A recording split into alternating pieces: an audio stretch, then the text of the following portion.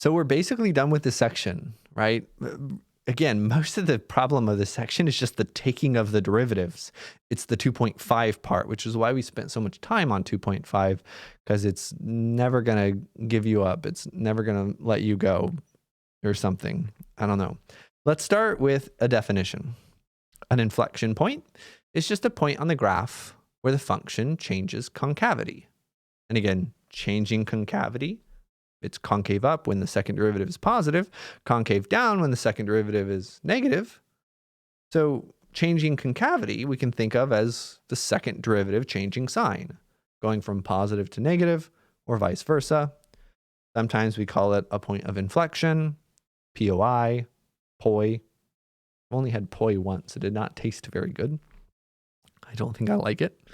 But anyway, example 4, does the function from example 3, and I know there were 2 example 3s, but it means the previous example, have any inflection points? If so, where? Well, there's an inflection point when the concavity changes. Does the concavity ever change here? Yeah. To the left of 0, it was concave down. To the right of 0, it was concave up. I think we got a point of inflection at 0.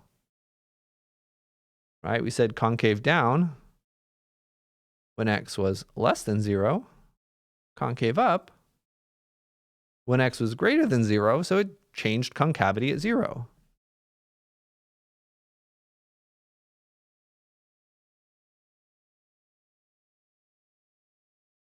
Now, we're going to be very good math students and say, okay, it's a point on the graph.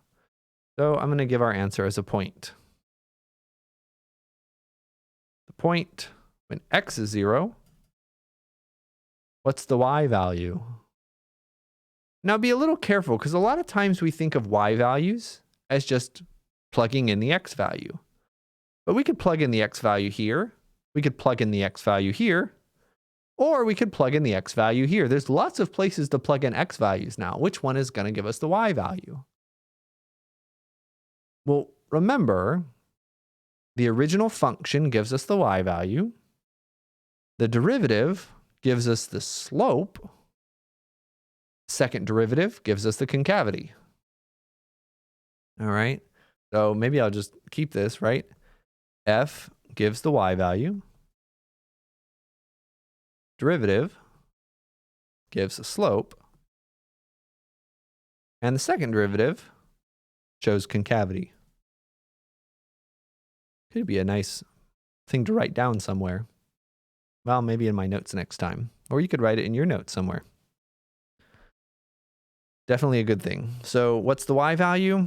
We have to plug it into the original function. The original function was 3x to the 7th, I believe. Yeah, so plug in 0, and you get 0. Oh, gosh.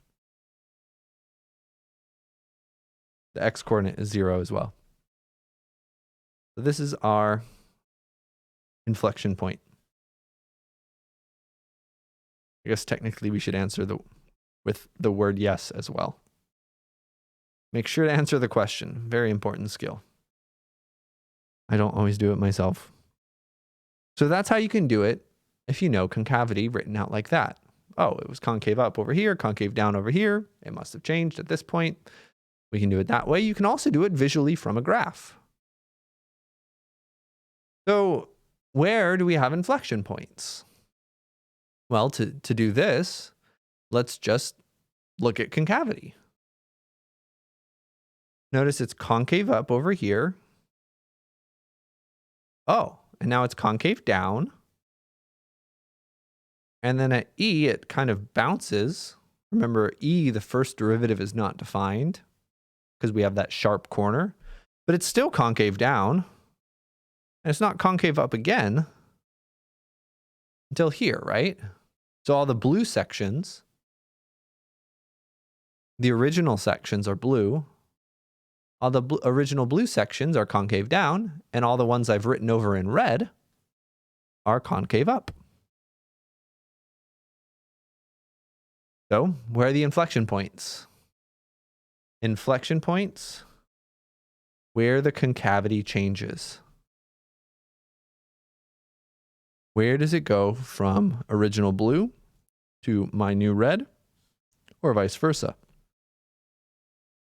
Just letter B is it changes, and letter G as well. That's the only place where the concavity changes here. Let's do another one. These ones, again, I recommend pausing the video. Pause the video right now. See if you can identify where's each function concave up and where's each function concave down. That'll show you where the points of inflection are. So go ahead and try that now. Pause me now.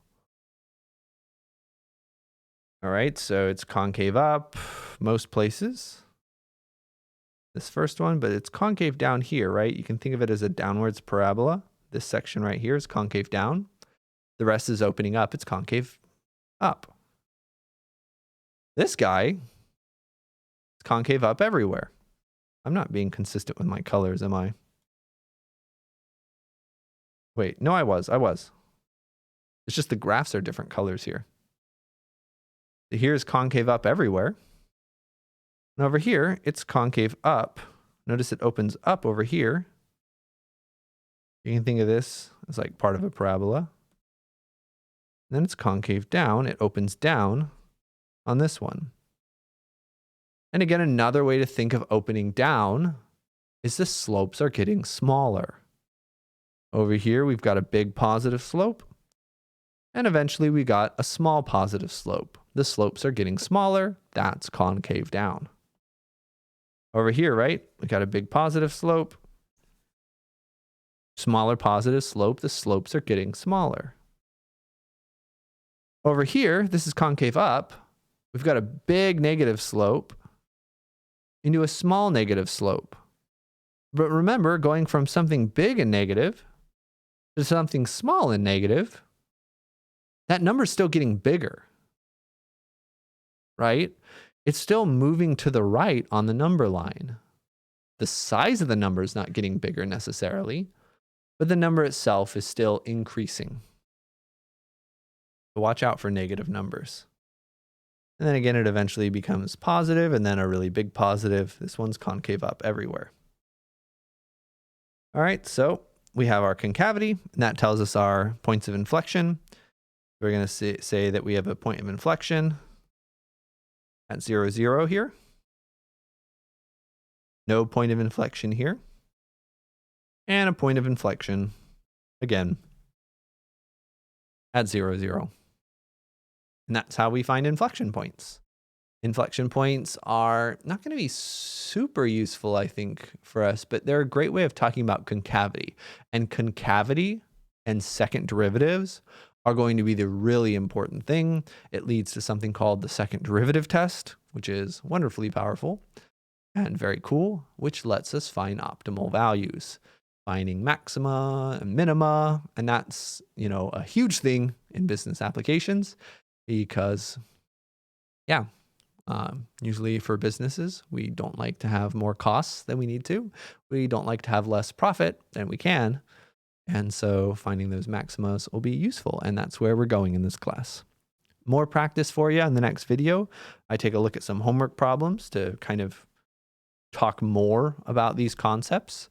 If you want some extra practice, that's where to go next.